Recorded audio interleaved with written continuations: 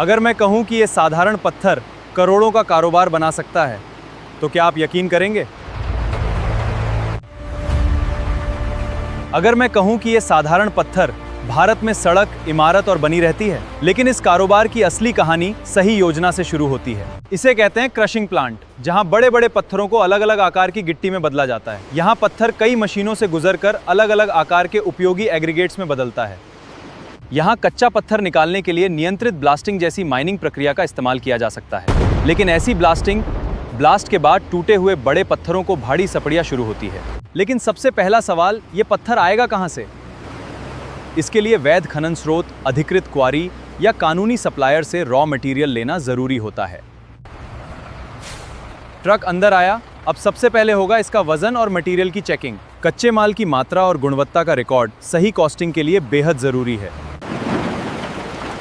अब ये बड़े पत्थर सीधे इस बड़े हॉपर में जाएंगे। हॉपर पत्थरों को नियंत्रित तरीके से फीडिंग सिस्टम तक पहुंचाता है। फीडर क्रशर को लगातार और कंट्रोल्ड फीडिंग देता है। सही फीडिंग से क्रशिंग प्रोसेस अधिक स्थिर और एफिशिएंट हो सकता है। अब शुरू होती है असली क्रशिंग। प्राइमरी क्रशर्स बड़े रॉक्स को पहली बार छोटे आकार में बदलता है। पहली क्रशिंग के बाद मटेरियल अभी तैयार नहीं है। The secondary crusher further reduces the material size to achieve the desired size. अब हर पत्थर अपने आकार के हिसाब से अलग होगा। वाइब्रेटिंग स्क्रीन्स अलग अलग आकार के एग्रीगेट्स को अलग करती है, और ये कन्वेयर बेल्ट्स पूरे प्लांट की नसों की तरह काम करती हैं। These materials are constantly transported between the crusher, screen and stockpile. अब एक ही पत्थर से अलग अलग प्रोडक्ट्स तैयार हो सकते हैं। इनका इस्तेमाल निर्माण और इंफ्रास्ट्रक्चर प्रोजेक्ट्स में किया जाता है।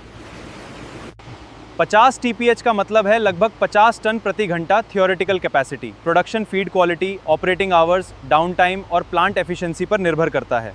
50 TPH प्लांट के लिए मशीनरी और बेसिक सेटअप पर लगभग 40 से 70 लाख रुपए उससे अधिक लग सकते हैं। जमीन, सिविल वर्क, अप्रूवल्स और वर्किंग कैपिटल का खर्च अलग हो सकता है। अब कैपेसिटी बढ़ाकर 100 TPH करें तो प्रोडक्शन पोटेंशियल भी काफ़ी बढ़ जाता है, लेकिन कैपेसिटी के साथ मशीनरी, इलेक्ट्रिकल सिस्टम और इंफ्रास्ट्रक्चर भी बड़ा करना पड़ता है। 100 TPH प्लांट के लिए मशीनरी और सेटअप का इंडिकेटिव बजट करीब 70 लाख से 1.3 करोड़ रुपए। असली कीमत मशीन कॉन्फ़िगरेशन और सप्लायर कोटेशन पर निर्भर करेगी। अब आते हैं 200 TPH जैसे बड़े कमर्शियल सेटअप पर। Such plants may require high capacity crushers, screens, conveyors and robust electrical infrastructure.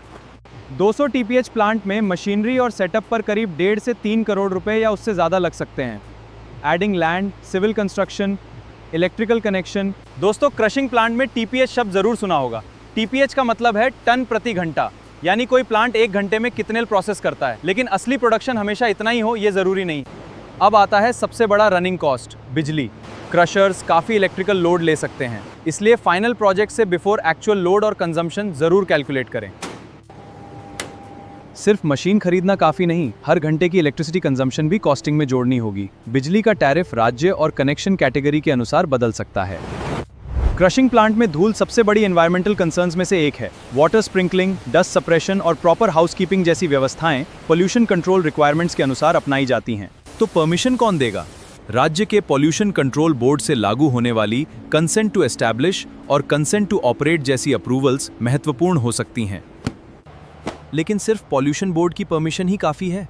Project और लोकेशन के अनुसार एनवायरमेंटल क्लियरेंस जैसी अतिरिक्त एनवायरमेंटल रिक्वायरमेंट्स लागू हो सकती हैं।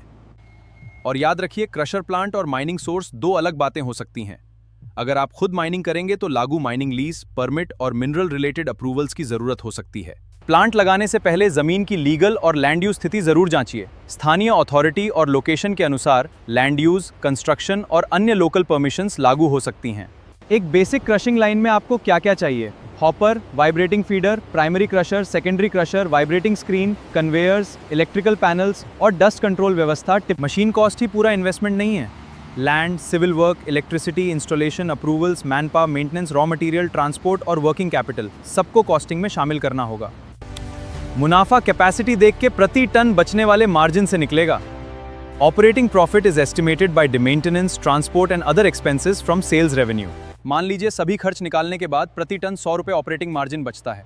अगर बिक्री योग्य प्रोडक्शन 500 टन प्रतिदिन होगा, लेकिन याद रखिए ये सिर्फ उदाहरण है, गारंटी नहीं।